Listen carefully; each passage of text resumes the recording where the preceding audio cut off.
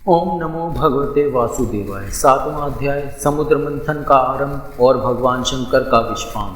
श्री सुखदेव जी कहते हैं, परीक्षित, देवता और असुरों ने नागराज वासुकी को यह वचन देकर कि समुद्र मंथन से प्राप्त होने वाले अमृत में तुम्हारा भी हिस्सा रहेगा, उन्हें भी सम्मिलित कर दिया। इसके बाद उन लोगों ने वासुकी नाग को नेति के समान मंद्राचल भली भांति उद्यत हो बड़े उत्साह और आनंद से अमृत के लिए समुद्र मंथन प्रारंभ किया। उस समय पहले पहल अजीत भगवान वासुकी के मुख की ओर लग गए, इसलिए देवता भी उधर ही आ जुटे। परंतु भगवान की यह चेष्टा दैत्य सेनापतियों को पसंद न आई। उन्होंने कहा कि पूंछ तो सांप का अशुभ अंग है, हम उसे नहीं पकड़ेंगे। हमने वेद शास्त्रों का विधि पूर्वक अध्ययन किया है, ऊंचे वंश में हमारा जन्म हुआ है और वीरता के बड़े बड़े काम हमने किए हैं। हम देवताओं से किस बात में कम है? यह कहकर वे लोग चुपचाप एक और खड़े हो गए। उनकी यह मनोवृत्ति देखकर भगवान ने मुस्कुराकर वासुकी का मुंह छोड़ दिया और देवताओं के साथ उन्होंने पूंछ पकड़ ली। इस प्रकार अपना अपना स्थान निश्चित करके देवता और असुर अमृत प्राप्ति के लिए पूरी तैयारी से समुद्र मंथन करने लगे। परीक्षित, जब समुद्र मंथन होने लगा तब बड़े बड़े बलवान देवता और असुरों के पकड़े रहने पर भी अपने भार की अधिकता और नीचे कोई आधार न होने के कारण मंद्राचल समुद्र में डूबने लगा। इस प्रकार अत्यंत बलवान दैव के द्वारा अपना सब किया कराया मिट्टी में मिलते देख उनका मन टूट गया। सबके मुंह पर उदासी छा गई। उस समय भगवान ने देखा कि यह तो विघ्नराज की करतूत है, इसलिए उन्होंने उसके निवारण का उपाय सोचकर अत्यंत विशाल एवं विचित्र कच्छप का रूप धारण किया और समुद्र के जल में प्रवेश करके मंद्राचल को ऊपर उठा दिया। भगवान की शक्ति अनंत है, वे सत्य संकल्प हैं, उनके लिए यह कौन सी बड़ी बात थी। देवता और असुरों ने देखा कि मंद्राचल तो ऊपर उठाया है, तब वे फिर से समुद्र मंथन के लिए उठ खड़े हुए। उस समय भगवान ने जम्बूद्वीप के समान 1,00,000 योजन फैली हुई अपनी पीठ पर मंद्राचल को धारण कर रखा था। परीक्षित, जब बड़े बड़े देवता और असुरों ने अपने बाहुबल से मंद्राचल को प्रेरित किया तब वह भगवान की पीठ पर घूमने लगा। अनंत शक्तिशाली आदि कच्छप भगवान को उस पर्वत का चक्कर लगाना ऐसा जान पड़ता था मानो कोई उनकी पीठ खुजला रहा हो। साथ ही समुद्र मंथन संपन्न करने के लिए भगवान ने असुरों में उनकी शक्ति और बल को बढ़ाते हुए असुर रूप से प्रवेश किया। वैसे ही उन्होंने देवताओं को उत्साहित करते हुए उनमें देव रूप से प्रवेश किया और वासुकी नाग में निद्रा के रूप में। इधर पर्वत के ऊपर दूसरे पर्वत के समान बनकर सहस्त्रबाहु भगवान अपने हाथों से उसे दबाकर स्थित हो गए। उस समय आकाश में ब्रह्मा, शंकर, इंद्र आदि उनकी स्तुति और उनके ऊपर पुष्पों की वर्षा करने लगे। इस प्रकार भगवान ने पर्वत के ऊपर उसको दबा रखने वाले के रूप में, नीचे उसके आधार कच्छप के रूप में, देवता और असुरों के शरीर में उनकी शक्ति के रूप में, पर्वत में दृढ़ता के रूप में और नेति बने हुए वासुकी नाग में निद्रा के रूप में, जिससे उसे कष्ट न हो, प्रवेश करके सब ओर से सबको शक्ति संपन्न कर दिया। अब वे अपने बल के मद से उन्मत्त होकर मंद्राचल के द्वारा बड़े वेग से समुद्र मंथन करने लगे। उस समय समुद्र और उसमें रहने वाले मगर, मछली आदि जीव शुद्ध हो गए। नागराज वासुकी के हजारों कठोर नेत्र, मुख और श्वासों से विष की आग निकलने लगी। उनके धुएं से पोलोम, काले, बलि, इलवल आदि असुर निस्तेज हो गए। उस समय वे ऐसे जान पड़ते थे मानो दावानल से झुलसे हुए साखू के पेड़ खड़े हैं। देवता भी उससे न बच सके। वासुकी के श्वास की लपटों से उनका भी तेज फीका पड़ गया। वस्त्र, माला, कवच एवं मुख धूमिल हो गए। उनकी यह दशा देखकर भगवान की प्रेरणा से बादल देवताओं के ऊपर वर्षा करने लगे एवं वायु समुद्र की तरंगों का स्पर्श करके शीतलता और सुगंधि का संचार करने लगे। इस प्रकार देवता और असुरों के समुद्र मंथन करने पर भी जब अमृत न निकला तब स्वयं अजीत भगवान समुद्र मंथन करने लगे।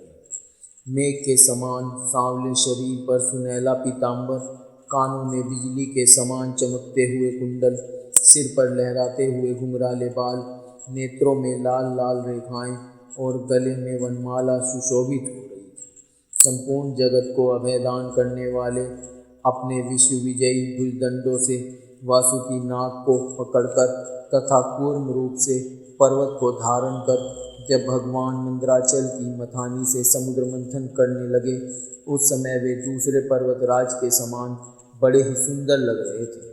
जब अजीत भगवान ने इस प्रकार समुद्र मंथन किया, तब समुद्र में बड़ी खलबली मच गई। मछली, मगर, सांप और कछुए भयभीत होकर ऊपर आ गए और इधर उधर भागने लगे।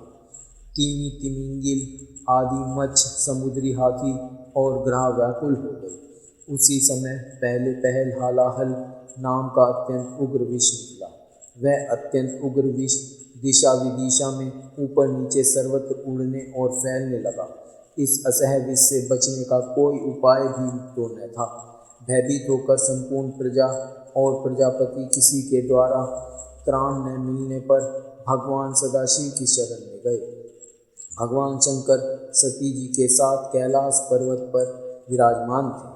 बड़े बड़े ऋषि मुनि उनकी सेवा कर रहे थे। वे वहाँ तीनों लोकों के अभ्युदय और मोक्ष के लिए तपस्या कर रहे थे। प्रजापतियों ने उनका दर्शन करके उनकी स्तुति करते हुए उन्हें प्रणाम किया।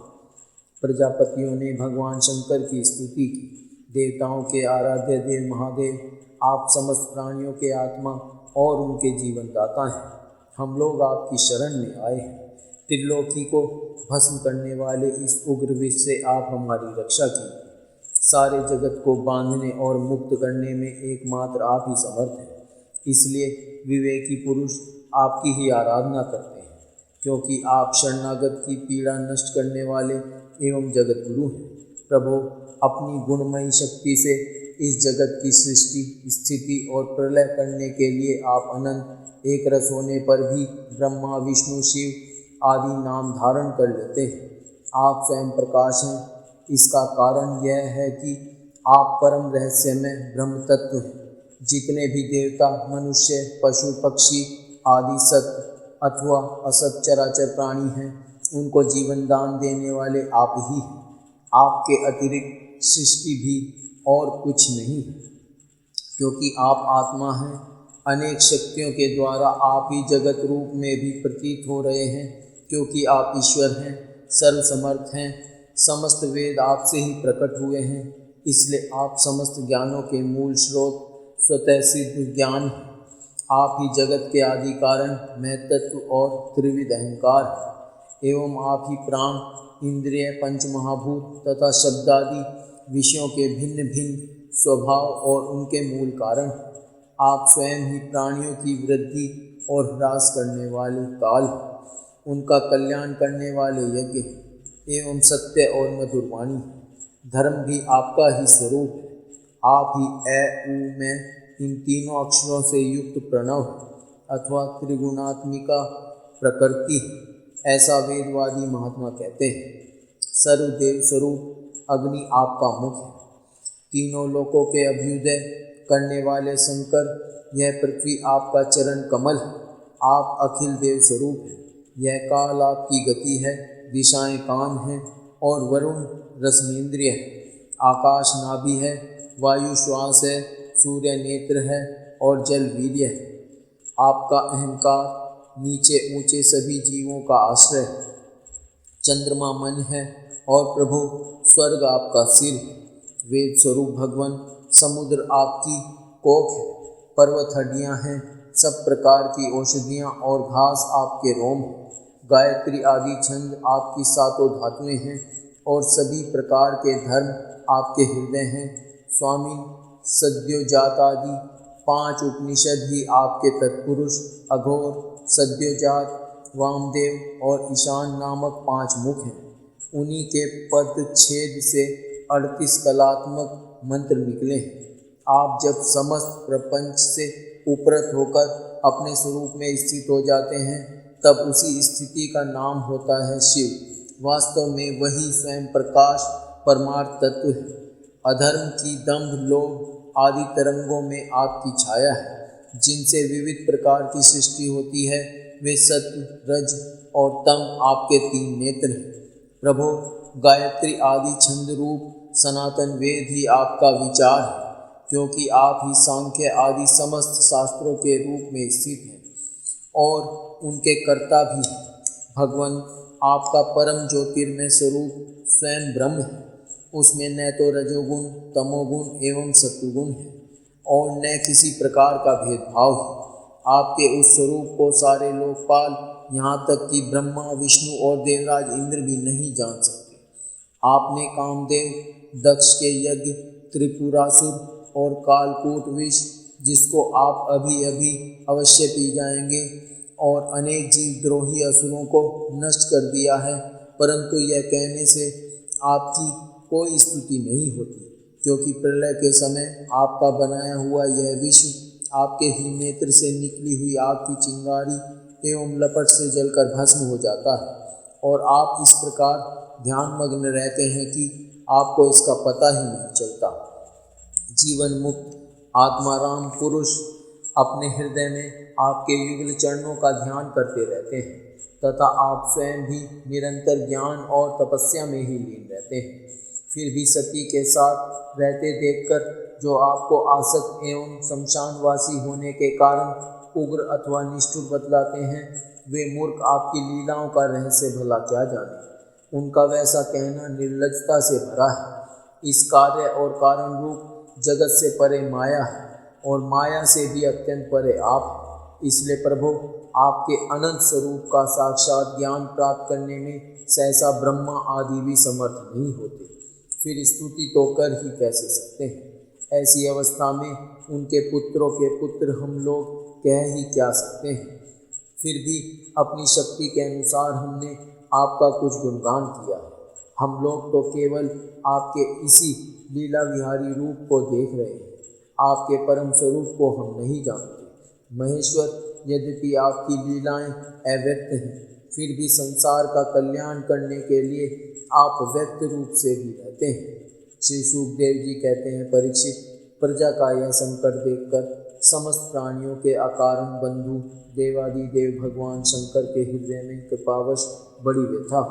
उन्होंने अपनी प्रिया सती से यह बात कही।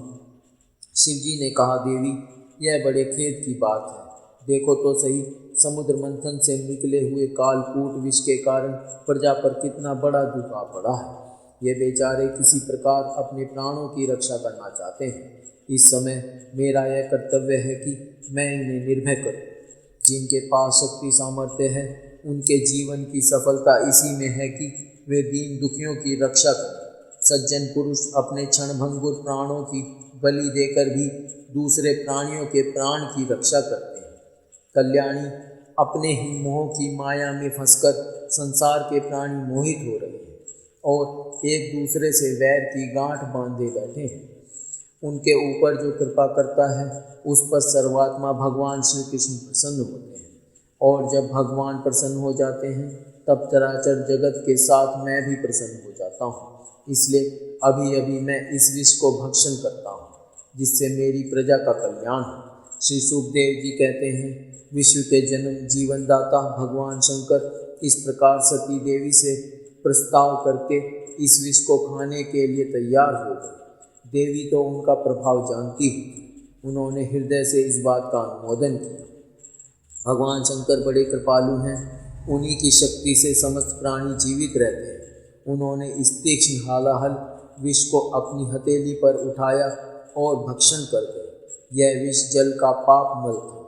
उसने शंकर जी पर भी अपना प्रभाव प्रकट कर दिया। उससे उनका कंठ नीला पड़ गया, परंतु वह तो प्रजा का कल्याण करने वाले भगवान शंकर के लिए भूषण रूप हो गया। परोपकारी सज्जन प्राय प्रजा का दुख टालने के लिए स्वयं दुख झेला ही करते हैं, परंतु यह दुख नहीं है। यह तो सबके हृदय में विराजमान भगवान की परम आराधना है। देवादिदेव भगवान शंकर सबकी कामना पूर्ण करने वाले हैं। उनका यह कल्याणकारी अद्भुत कर्म सुनकर संपूर्ण प्रजा, दक्ष कन्या, सती, ब्रह्मा जी और स्वयं विष्णु भगवान भी उनकी प्रशंसा करने लगे। जिस समय भगवान शंकर विषपान कर रहे थे, उस समय उनके हाथ से थोड़ा सा विष टपक पड़ा था। उसे बिच्छू, सांप तथा अन्य विषैले जीवों ने एवं विषैली औषधियों ने ग्रहण कर लिया।